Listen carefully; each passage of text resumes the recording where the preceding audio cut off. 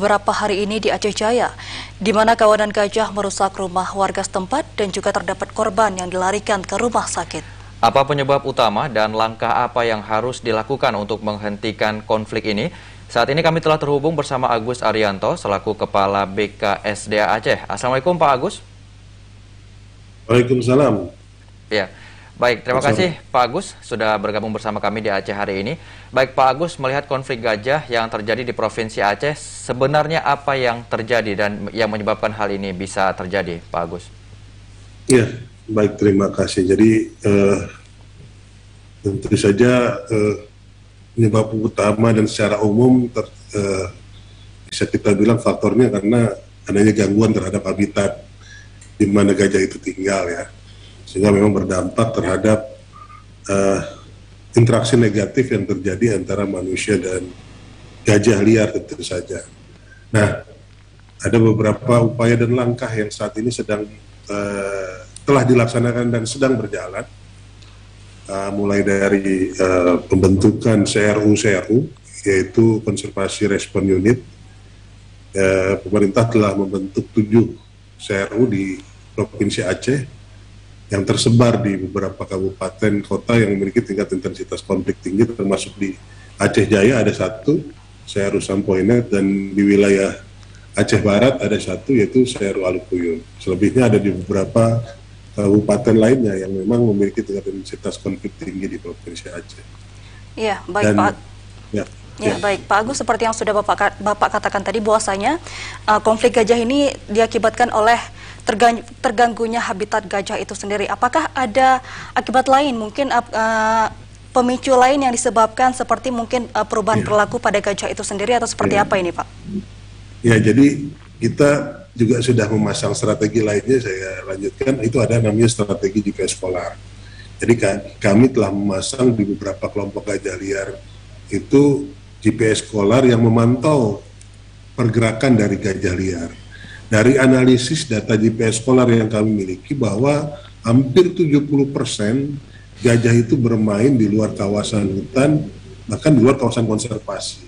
Nah, ini juga menyebabkan irisan yang terjadi antara gajah liar dan manusia, sehingga terjadi interaksi negatif, di mana gajah juga menyukai wilayah-wilayah yang relatif landai, yang sama dan areal terbuka.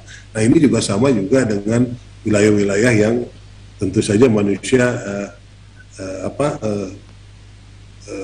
menjadi kebutuhan manusia juga. Nah, faktor-faktor ini juga yang menjadi salah satu faktor penyebab terjadinya interaksi negatif antara gajah dan manusia. Ya. Itu. Baik. Ya Pak Agus, jika kita melihat kepada masyarakat yang saat ini tinggal di daerah rawan terjadinya konflik, saat ini menurut Pak Agus bagaimana pemahaman mereka terkait dengan mitigasi konflik dengan satwa liar termasuk dengan gajah ini Pak Agus? Iya, jadi tadi saya sebutkan bahwa ada 7 CRU di Provinsi Aceh ini. Nah, salah satunya CRU ada di Provinsi Aceh Jaya, di Kabupaten Aceh Jaya dan Aceh Barat. Nah, fungsi dari CRU itu sendiri selain melakukan mitigasi konflik, juga melakukan sosialisasi edukasi kepada masyarakat terkait dengan bagaimana mengantisipasi manakala terjadi interaksi negatif manusia dan gajah liar. Nah, CRU ini juga sebagai pusat edukasi dan pendidikan bagi warga masyarakat, bagaimana mereka kita harapkan juga memahami perilaku dari gajah liar itu sendiri, yang pada akhirnya nanti bisa menjadi penjaga kita dalam rangka beraktivitas untuk membatasi diri, khususnya di wilayah-wilayah daerah jelajah atau perlintasan dari gajah liar.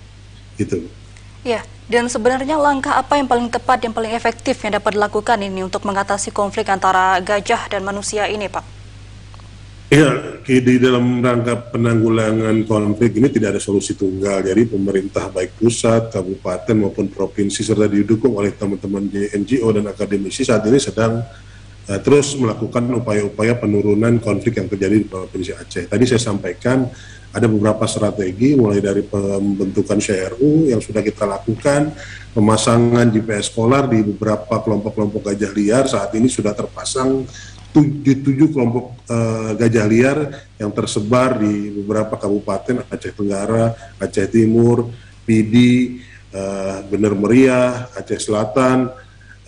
Ini semua untuk memantau pergerakan yang sekaligus juga ini dapat kita gunakan sebagai early warning system, artinya sebagai pengingat kita, sebagai pendeteksi kita untuk mengantisipasi manakala gajah itu bergerak menuju ke perkebunan atau pemukiman sehingga kita bisa antisipasi awal. Kemudian dari strategi itu juga ini nanti berlanjut ke strategi lainnya, fencing atau barir. Dari pola pergerakan kita bisa menutup jalur-jalur mana yang merupakan pintu keluar masuk gajah liar itu ke perkebunan atau pemukiman masyarakat. Saat ini kita sudah melakukan pemasangan atau pembuatan 27.000 parit ya di beberapa kabupaten, kemudian juga ada 65.000 kurang lebih meter fencing yang tersebar juga di beberapa kabupaten yang bertujuan untuk membatasi ruang gerak dari gajah liar ke perkebunan atau pemukiman masyarakat.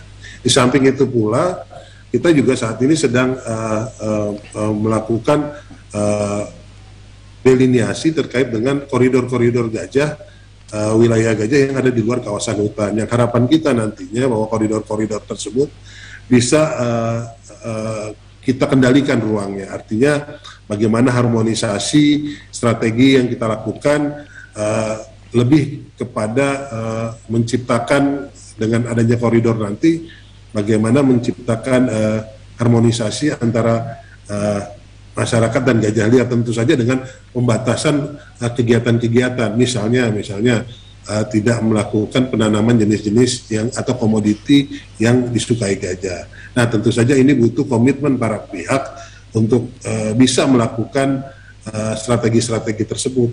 Ada beberapa jenis tentu saja tanaman-tanaman yang memiliki nilai ekonomi tapi tidak disukai. Nah, ini yang kita dorong. Kemudian terkait dengan tadi bagaimana penguatan perubahan tata ruang yang kiranya dapat mengakomodir ruang gerak dari gajah khususnya yang ada di luar kawasan hutan. Dengan demikian harapan kita ke depan bahwa meminimalisir konflik yang terjadi antara manusia dan satwa liar. Itu yang sedang saat ini berproses. Baik. Ya, terakhir mungkin Pak Agus bisa disampaikan imbauan dari Bapak untuk masyarakat yang saat ini mungkin berada di daerah yang memang rawan terjadinya konflik dengan satwa liar. Ya, yang jelas kita harus berhati-hati khususnya masyarakat yang memang wilayah-wilayah yang memiliki tingkat intensitas konflik tinggi untuk lebih waspada, dan kami juga memiliki call center terkait dengan respon cepat terkait dengan konflik-konflik yang terjadi. Jadi kami sudah mensosialisasikan call center kami, apabila ada gangguan gajah dapat langsung menghubungi call center sehingga dapat kita lakukan penanganannya dengan cepat, seperti itu. Ya, baik, terima kasih dengan Bapak Agus Arianto selaku Kepala BKSDA Aceh yang telah bergabung bersama kami dalam Aceh hari ini. Ya, terima kasih Pak atas